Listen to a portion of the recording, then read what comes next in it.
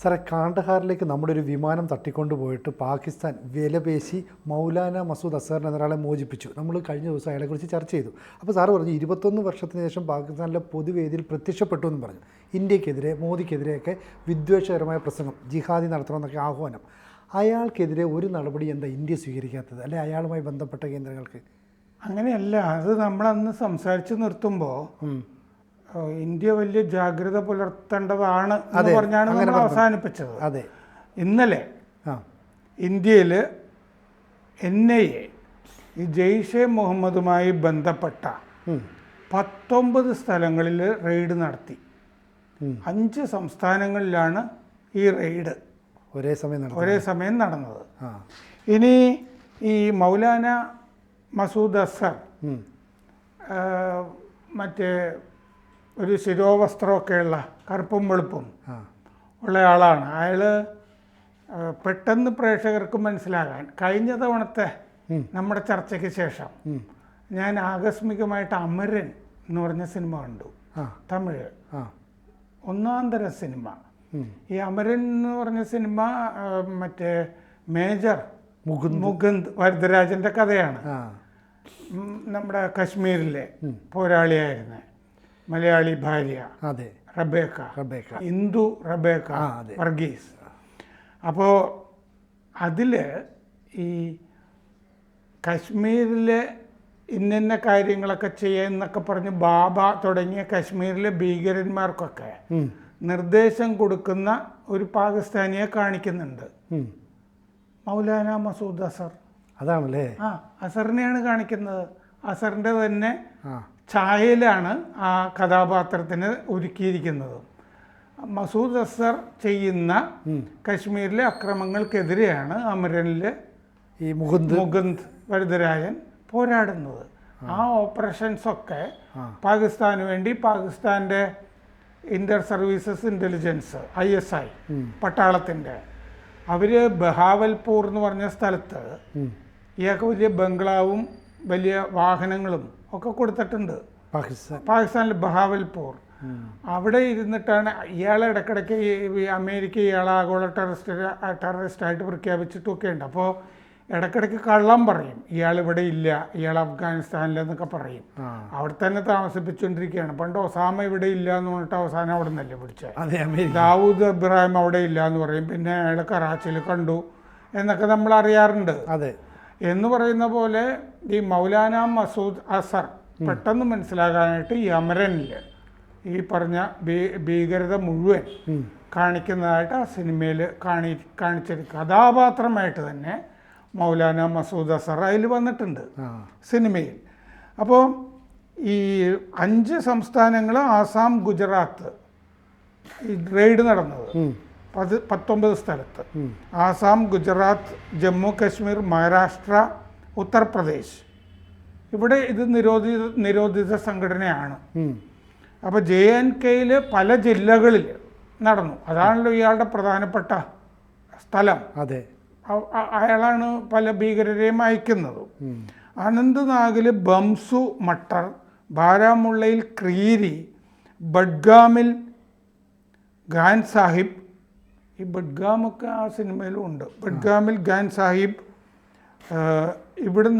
ഇവിടെയൊക്കെ റെയ്ഡുകൾ നടന്നു. പല സ്ഥലങ്ങളിൽ നിന്നും ഇലക്ട്രോണിക് ഉപകരണങ്ങൾ പിടിച്ചിട്ടുണ്ട്, രേഖകളൊക്കെ പിടിച്ചിട്ടുണ്ട്, പാംഫ്ലെറ്റ്സ്, ലഘുലേഖകൾ, ഇങ്ങനത്തെ സംഗതികളൊക്കെ കണ്ടെടുത്തിട്ടുണ്ട്. ഗുജറാത്തിലെ സനന്ദ് നഗരത്തിൽ ആദിൽ വെപ്പാരി എന്ന് പറഞ്ഞ് ഒരു ജെയ്ഷെ മുഹമ്മദ് ഭീകരൻ്റെ വീട് റെയ്ഡ് ചെയ്തു. ആദിൽ വെപ്പാരി ഈ ചേകല ഗ്രാമത്തിലെ അയാൾക്ക് മദ്രസയുണ്ട്, മദ്രസ നടത്തുന്ന ആളാണ്. അയാൾ ഉള്ളത് ബനസ്കന്ദ ജില്ലയിലാണ് ഇയാളുടെ വീടും പ്രവർത്തനങ്ങളും ഒക്കെ. അപ്പോൾ അവിടെ ഈ ആദിൽ വെപ്പാരി ഇപ്പോഴും ഇന്ത്യയിൽ ഇയാളുടെ ആളുകളുണ്ട് എന്ന് പറയുന്നതേ ശരിക്കും ആശങ്ക ഉണ്ടാക്കുന്ന കാര്യമാണ്. ഉത്തർപ്രദേശിലെ ഝാൻസിയിലെ NIA റെയ്ഡ് മുഫ്തി ഖാലിദ് എന്ന് പറഞ്ഞിട്ട് ഇവരുടെ ഒരു മുഫ്തി മല്ലാക്ക, അയാളെ റെയ്ഡ് ചെയ്യാനായിട്ട് ചെന്ന് കഴിഞ്ഞപ്പോൾ ഉത്തർപ്രദേശിലെ ഝാൻസി, ഇയാൾ അവിടുത്തെ ദിവ്യനായിരിക്കുമല്ലോ, അതെ. നാട്ടുകാരൊക്കെ കൂടി ഓടിക്കൂടിയിട്ട് എൻ ഐയുടെ പ്രവർത്തനങ്ങളൊക്കെ തടയുകയൊക്കെ ചെയ്തിട്ടുണ്ട് അവിടെ. അങ്ങനെ ഒരു സംഭവം ഉണ്ടായി. അപ്പോൾ എൻ ഐയെ ഇയാളുടെ വേരറുക്കാൻ തീരുമാനിച്ചു, രംഗത്തെത്തിയിരിക്കുന്നു എന്നർത്ഥം. അപ്പോൾ ഇയാൾ ഇല്ല എന്ന് പാകിസ്ഥാൻ നമ്മുടെ അടുത്ത് തന്നെ പറയുന്ന അല്ല ലോകത്തോടൊക്കെ പറഞ്ഞ് ഇയാളില്ല എന്ന്. എന്നിട്ട് ഇയാൾ അവിടെ ഒരു പൊതുവേദിയിൽ പ്രത്യക്ഷപ്പെടുന്നു. അപ്പോൾ പൊതുവേദിയിൽ പ്രത്യക്ഷപ്പെടാൻ മാത്രമുള്ള സൗകര്യങ്ങൾ ഒരുക്കണമെങ്കിൽ അവർക്ക് എത്രത്തോളം വേണ്ടപ്പെട്ട ഒരാളായിരിക്കും. അതെന്താണെന്ന് വെച്ചാൽ ഈ മുംബൈ ബ്ലാസ്റ്റ് സ്ഫോടനം നടത്താനൊക്കെ ആയിട്ട് അവർ ദാവൂദ് ഇബ്രാഹിമിനൊക്കെ ഉപയോഗിച്ചില്ലേ, അതെ, ആളുടെ ബന്ധങ്ങളൊക്കെ. അതുപോലെ കശ്മീരിൽ അക്രമങ്ങൾ നടത്താനായിട്ട് ഈ ISI എപ്പോഴും ആശ്രയിക്കുന്നത് ഇയാളെയാണ്, മൗലാന മസൂദ് അസറിനെ. അയാളുടെ JEM, ജെയ്ഷെ മുഹമ്മദ്, അവർക്ക് വലിയ നെറ്റ്വർക്ക് ഉണ്ട്. ഫണ്ട് ചെയ്യുന്നതൊക്കെ പാകിസ്ഥാൻ തന്നെയാണ്. ആ നെറ്റ്വർക്ക് ഉപയോഗിച്ചിട്ടാണ് ചെയ്യുന്നത്. ബഹവൽപൂരിൽ ഇയാളുടെ ആ കൊട്ടാരത്തിൻ്റെ ദൃശ്യങ്ങളൊക്കെ നമുക്ക് കാണാവുന്നതേ ഉള്ളൂ, ചിത്രങ്ങളൊക്കെ. ഇയാളെപ്പറ്റി ഇടയ്ക്കിടയ്ക്ക് റിപ്പോർട്ടുകൾ വരാറുണ്ട്. 21 വർഷം കഴിഞ്ഞിട്ടാണ് ഇയാൾ ബഹവൽപൂരിൽ മറ്റേ നവംബർ മധ്യത്തോടുകൂടി പൊതുസമ്മേളനത്തിനെ അഭിസംബോധന ചെയ്തത്. അതിൻ്റെ വീഡിയോ ആണ് കഴിഞ്ഞ ആഴ്ച വരികയും നമ്മൾ ചർച്ച ചെയ്യുകയൊക്കെ ചെയ്തത്. 2001 പാർലമെൻറ്റ് ആക്രമണം, 2019 പുൽവാമ ആക്രമണം, അതാണ് സിനിമയിലുള്ളത്. 2019 പുൽവാമ ആക്രമണം, പിന്നെ IC-814 വിമാനം ഗാണ്ടഹാറിലേക്ക് റാഞ്ചില്, ഇതൊക്കെ ഇയാളുടെ പരിപാടികളാണ്. ഈ ജെയ്ഷെ മുഹമ്മദ് ഇയാൾ പ്രസംഗിക്കുന്നതിൻ്റെ ഓഡിയോ ഇയാൾ 21 കൊല്ലം പൊതുവേദിയിൽ വരാത്തത് കൊണ്ട് പഴയ ഓഡിയോകൾ ആണ് വീണ്ടും വീണ്ടും ഇറക്കിക്കൊണ്ടിരുന്നത്. ഇയാളുടെ ശബ്ദം വീണ്ടും കേൾക്കുന്നു എന്ന് പറഞ്ഞിട്ട്. കാരണം ഇയാൾക്ക് പാകിസ്ഥാനിൽ വലിയ ജനപിന്തുണയുണ്ട്, ജിഹാദ് വർത്താനം പറയുന്നുണ്ട്. അപ്പോൾ അവരെ ഒന്ന് ഉത്തേജിപ്പിക്കുന്ന ലക്ഷ്യത്തോടു കൂടിയാണ് സെയിം സാധനം തന്നെ വീണ്ടും വീണ്ടും എടുത്തു കൊടുക്കുന്നത് അല്ലേ. ഇയാൾ കുറച്ച് മാറിയൊക്കെ നിൽക്കുമ്പോഴാണ് ഈ സക്കീർ നായിക്കൊക്കെ രംഗത്തൊക്കെ പ്രാധാന്യമൊക്കെ വരുന്നത്. അയാൾ അടുത്തിടെ അങ്ങോട്ട് പോവുകയൊക്കെ ചെയ്തിരുന്നത്. അപ്പോൾ ഈ ജെയ്ഷെ മുഹമ്മദിൻ്റെ തന്നെ വിമത ഗ്രൂപ്പ്, ഈ പർവേസ് മുഷറഫ് ഉണ്ടായിരുന്നല്ലോ അവിടെ പ്രസിഡന്റ്, പഴയ പട്ടാള മേധാവി, പട്ടാള അട്ടിമറി. പർവേസ് മുഷറഫിനെ കൊല്ലാനായിട്ട് ശ്രമിച്ചു JEMന്റെ വിമത ഗ്രൂപ്പ്. അങ്ങനെയാണ് കുരുക്ക് മുറുകിയത് ഇയാളുടെ കഴുത്തിലും. അങ്ങനെ ഇയാൾ കുറക്കാലം മാറിയേക്കേണ്ടി വന്നു. അവിടുത്തെ ISIയെ സംബന്ധിച്ചിടത്തോളം അവരുടെ ഒരു വലിയ അസറ്റായിട്ടാണ് ഈ ഭീകരനെ അവർ കാണുന്നത്. ഇന്ത്യയിൽ ഇടക്കിടയ്ക്ക് പ്രശ്നം ഉണ്ടാക്കി കൊടുക്കാൻ, അതിനാണ് അവർ പൈസ കൊടുക്കുന്നത് ഇയാൾക്ക്. ഈ ഭീകരർ മുഴുവൻ ജെയ്ഷെ മുഹമ്മദ് നമ്മളെപ്പോഴും പറയാറുണ്ടല്ലോ.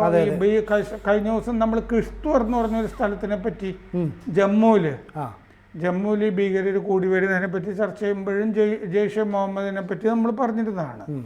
നവംബർ 2-ാം വാരം ആണ് ഇയാൾ ഈ ബഹവൽപൂരിൽ ആളുടെ കൊട്ടാരത്തിനോട് ചേർന്ന് ഉൽ ഖുറ സെമിനാരി, അവിടെ കുറേ ആളുകൾ പഠിപ്പിക്കുന്നൊക്കെ ഉണ്ട്. മസ്തിഷ്ക പ്രക്ഷാളനം, ജിഹാദ് നടത്തണം എന്നൊക്കെ പറഞ്ഞിട്ട് ഉത്തർപ്രദേശിലെ ദിയോബന്ദ് മദ്രസ നടത്തുന്ന പോലെ ഇയാളുടെ മദ്രസ ഉൽ ഖുറ എന്ന് പറഞ്ഞ മദ്രസ, മോസ്ക് എല്ലാം ഉണ്ട്, വീട് എല്ലാം ഒന്നിച്ചേർന്ന് 1 മണിക്കൂർ പ്രസംഗമായിരുന്നു.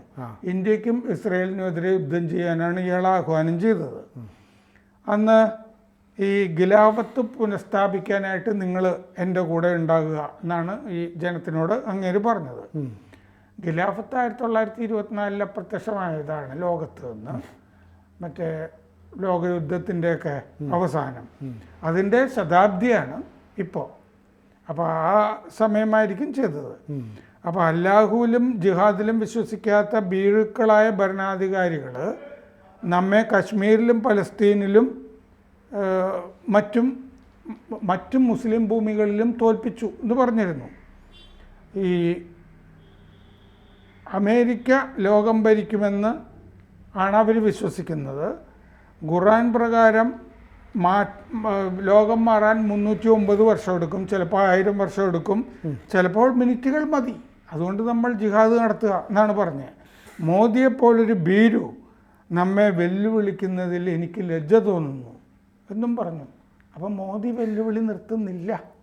അതാണല്ലോ NIA റെയ്ഡിൽ കൂടി ഇപ്പം കണ്ടത്. അതെ. അപ്പം ഇനി ഇപ്പം കുറേ അജ്ഞാതന്മാർ കുറേ ആളുകൾ കൈകാര്യം ചെയ്തല്ലോ. പ്രധാനപ്പെട്ട ഈ അജ്ഞാതൻ പ്രധാനമായിട്ടും കൈകാര്യം ചെയ്യേണ്ട കഥാപാത്രമാണ് ഈ മൗലാന മസൂദ് അസർ. അപ്പോൾ ആ പണിയും കൂടി ഇപ്പം നെതന്യാഹുവിനെ പോലൊരു എലി നമ്മുടെ കുഴിമാടങ്ങൾക്ക് മേൽ നൃത്തം ചെയ്യുന്നു എന്നൊക്കെ പറഞ്ഞിരുന്നു. ബാബറി മസ്ജിദ് പുനഃസ്ഥാപിക്കാൻ നിങ്ങളുടെ കൂട്ടത്തിൽ 300 പേരില്ലേ എന്നൊക്കെ ചോദിച്ചിരുന്നു. ഞാൻ നിങ്ങൾക്ക് ശക്തമായ തോക്കുകൾ തന്നു വിടാം. TV അവതാരകർ വിറയ്ക്കും. മഹാനായ അഫ്ഗാൻ നേതാവ് സിറാജുദ്ദീൻ ഹക്കാനി എന്നോട് പറഞ്ഞു, ഞാനൊരു സ്വപ്നം കണ്ടു, പട്ടാളം പലസ്തീനിലേക്ക് പോകുന്നു ഞങ്ങളുടെ. അപ്പോൾ അവിടെ ജയ്ഷെ മുഹമ്മദ് നിൽക്കുന്നു. നിങ്ങൾ ഓൾറെഡി അവിടെ ജിഹാദിനെത്തിയിരിക്കുന്നു. ഈ അഫ്ഗാനിസ്ഥാനിലെ ഹക്കാനിയുടെ കഥയൊക്കെ പറഞ്ഞിട്ട് കഴിഞ്ഞ ദിവസം നമ്മൾ അല്ല അത് കഴിഞ്ഞില്ലേ? അതെ അതെ, അത് കഴിഞ്ഞു. ഹക്കാനിയുടെ കഥ അതെ. അവിടെ ഈ ഇങ്ങേര് പറഞ്ഞ് തീരുന്നതിന് മുമ്പേ ആ കഥയും അവിടെ അവസാനിച്ചു. അധ്യായം അവസാനിച്ചു. അവിടെ വിമതര് അൽഖേദയ്ക്ക് ഹക്കാനിയെ വേണ്ട. അതുകൊണ്ട് അപ്പോൾ ഇങ്ങനെയാണ് ഈ 2021 താലിബാൻ പോയ ശേഷം അഫ്ഗാനിസ്ഥാനിൽ നിന്ന് ജയ്ഷെ മുഹമ്മദ് കശ്മീർ കേന്ദ്രമായിട്ട്, അതുവരെ ജയ്ഷെ മുഹമ്മദ് അഫ്ഗാനിസ്ഥാനിലുണ്ടായിരുന്നു, പിന്നെ ഇങ്ങോട്ട് വന്നു. അപ്പോൾ ഈ അമേരിക്കൻ സേന ഉപേക്ഷിച്ചിട്ട് പോയ ഈ നൈറ്റ് വിഷൻ, പിന്നെ M4 റൈഫിള്, ഇങ്ങനത്തെ സംഭവമൊക്കെയാണ് നമ്മുടെ പട്ടാളത്തിനെതിരെ ഭീകരർ കശ്മീരിൽ ഉപയോഗിച്ചുകൊണ്ടിരിക്കുന്നത്. അപ്പോൾ ഈ ജയ്ഷെ മുഹമ്മദിൻ്റെ തുടക്കകാലത്ത് ഇയാൾക്ക് മൗലാന മസൂദ് അസറിന് ഒസാമ ബിൻ ലാദൻ ഫണ്ട് കൊടുത്തിരുന്നതായിട്ടൊക്കെ വിവരമുണ്ട്.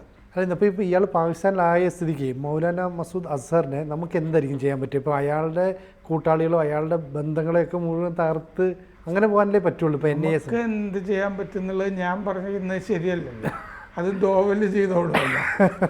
കൂടുതൽ വാർത്തകളും വിശേഷങ്ങളും നിങ്ങളിലേക്ക് എത്താൻ ABC മലയാളം സബ്സ്ക്രൈബ് ചെയ്യുക, ബെൽ ബട്ടണും അമർത്തുക.